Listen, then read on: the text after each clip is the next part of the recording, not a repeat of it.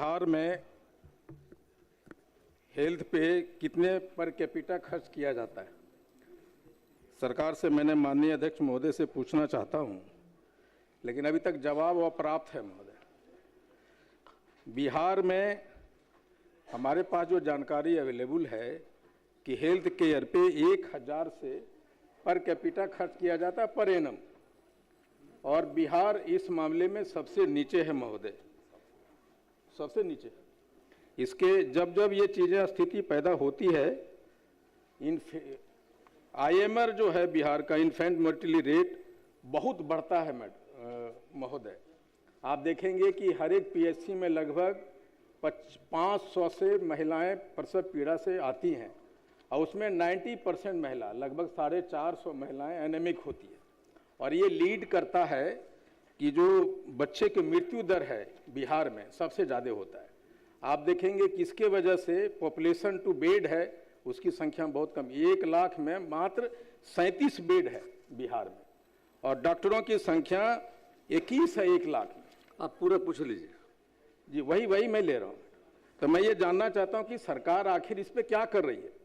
Out of pocket expenditure जो होती है नागरिकों का बहुत बढ़ता है, और इस जब 1000 से कम होता है, मात्र 701 रुपया है, जब यह स्थिति आती है, ये बोझ स्टेट फेल करता है, प्राइवेट सेक्टर बढ़ता है।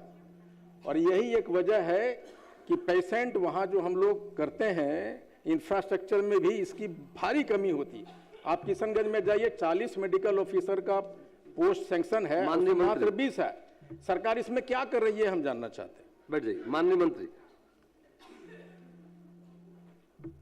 अध्यक्ष महोदय, वस्तु स्थिति है कि नेशनल हेल्थ प्रोफाइल 2023 में जो आंकड़ा प्रकाशित हुआ है वह नेशनल हेल्थ एस्टीमेट 2019-20 के आधार पर है, जिसमें गवर्नमेंट हेल्थ एक्सपेंडिचर 18,000 क्या है, हाँ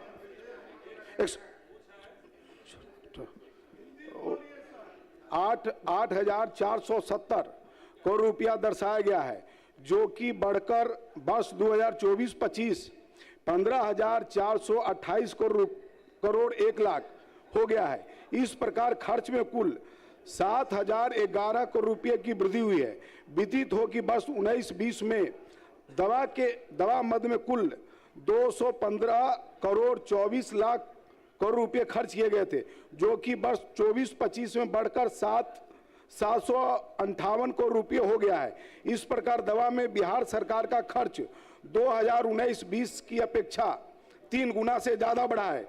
नेशनल हेल्थ प्रोफाइल 2023 के प्रकाशित आंकड़ों में यह उल्लेख है कि बिहार का गवर्नमेंट हेल्थ एक्सपेंडिचर GDSP का 1.5 प्रकाशित है, जबकि झारखंड का 1.2 प्रकाशित है, पश्चिम बंगाल का 1.1 प्रकाशित है। बिहार सरकार 7 निश्चय पार्ट 3 में प्रखंड सामुदायिक स्वास्थ्य केंद्रों को विशिष्ट चिकित्सा केंद्र एवं जिला अस्पतालों को अति विशिष्ट चिकित्सा केंद्र के रूप में विकसित करने का लक्ष्य है। 7 निश्चय पार्ट 3 के तहत प्रखंड सामुदायिक स्वास्थ्य केंद्रों में हड्डी रोग, नेत्र रोग, कान एवं गला रोग के विशेषज्ञ के साथ फिजियोथेरेपी की सुविधा उपलब्ध कराने के लक्ष्य है। साथ ही जिला अस्पतालों में endoscopy, cardiology, urology and neurology दवा के विशेष चिकित्सा उपलब्ध कराने का लक्ष्य है। उपयुक्त गतिविधियों से राज्य में प्रति व्यक्ति औसतन खर्च में उत्तरोत्तर वृद्धि हो रही है। और माननीय अध्यक्ष महोदय को पता होना चाहिए कि भारत सरकार भी 6,000 रुपया मातृ वंदना के तहत, माननीय सदस्य महोदय, हमको लगता है कि जो उस अनुपात में बढ़ा है, उस अनुपात में बढ़ा है। मुझे लगता है कि जो चीज मैंने सरकार से पूछा है, सरकार को ये बात समझ में नहीं आई। प्रमोद जी, जब पर कैपिटा एक्सपेंडिचर की बात करते हैं तो ये मानक होता है कि आपके विश्व बैंक में या आपका हेल्थ स्टेटस, हेल्थ प्रोफाइल नागरिकों का क्या है। आप ये जो ठीक उसी तरह का आप ये बता रहे हैं जिस तरह से आप कह रहे हैं कि 19 ठो मरीज आता था, अब 11,600 कुछ आ रहा है। आप ये बताने की कोशिश कर रहे हैं जो सरकार ने आपको कहा है, लेकिन मैं कह रहा हूं कि जब पर कैपिटा इनकम जब यही मानक होता है हेल्थ प्रोफाइल का, हेल्थ स्टेटस का, और आप बता रहे हैं कि आपने क्या क्या किया। अगर आप ये करते ये हालत आज नहीं होती। आज आपको पता है कि जब डॉक्टर हमारे यहाँ नहीं है, ये सिर्फ पर कैपिटा जब एक्सपेंडिचर 1000 से कम होता है तो ये सारी सिचुएशन होती है।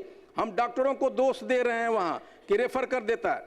ये जो ओएपी की बात मैं कह रहा हूँ, जब आप अस्पताल में अब जाते हैं और वहाँ सुविधा नहीं होती है तो तुरंत रेफर करते हैं पटना, और ये जो एम्बुलेंस वाले बेच देते हैं पेशेंट को प्राइवेट हॉस्पिटल में, और यहीं पे स्टेट होता है। ये डेट आता है, हम लोग गरीबी में डूबते चले जाते हैं इसके वजह से। माननीय सदस्य से ये जानना पूरा पूछ लीजिए। वही मैं कर रहा हूँ कि सरकार जो डाटा दिया है अभी, ये बताने में ये बिल्कुल सक्षम हो रहे हैं कि पर कैपिटा खर्च कितना होगा, आपको उपलब्ध करा दिया जाएगा, बढ़ेगा, हम ये जानना। माननीय मंत्री इनको उपलब्ध करा दीजिएगा, अलग से नहीं है तब। हाँ माननीय मंत्री, इतना माननीय सदस्य ने जो प्रश्न किया है, सही बात है कि माननीय मंत्री ने उनके सभी प्रश्नों का जवाब दिया है।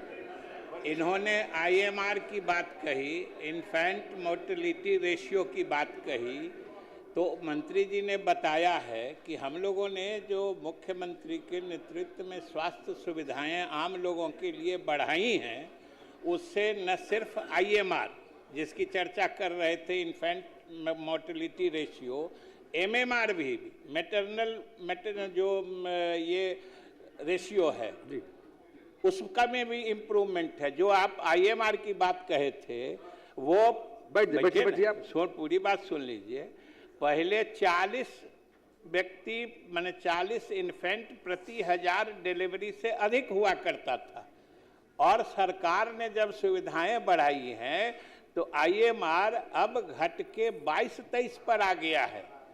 और जो चीज आपने स्वास्थ्य सेवाओं पर खर्च की बात कही, मंत्री ने तो स्पष्ट बता दिया है कि भाई जो हमारा जीएसडीपी है, पूरे स्टेट का जो खर्चा है उसमें जो हम आम लोगों के स्वास्थ्य पर खर्चा करते हैं वो 1.5% है। जो आप झारखंड किससे तुलना किए हैं उसकी भी चर्चा उन्होंने कर दी। उन लोगों से अधिक हम जो जीएसडीपी का खर्चा आम लोगों के स्वास्थ्य पर करते हैं। इसलिए महोदय, जो माननीय सदस्य की चिंता थी, सरकार उस पर पूरी तरह सजग है, और सरकार को आम लोगों के स्वास्थ्य की चिंता है, और स्वास्थ्य के हर पैरामीटर पर यानी हर मापदंड पर हम लोग लगातार सुधार कर रहे हैं। यह हम बिहार की जनता को आश्वस्त करना चाहते हैं। माननीय सदस्य माधवानंद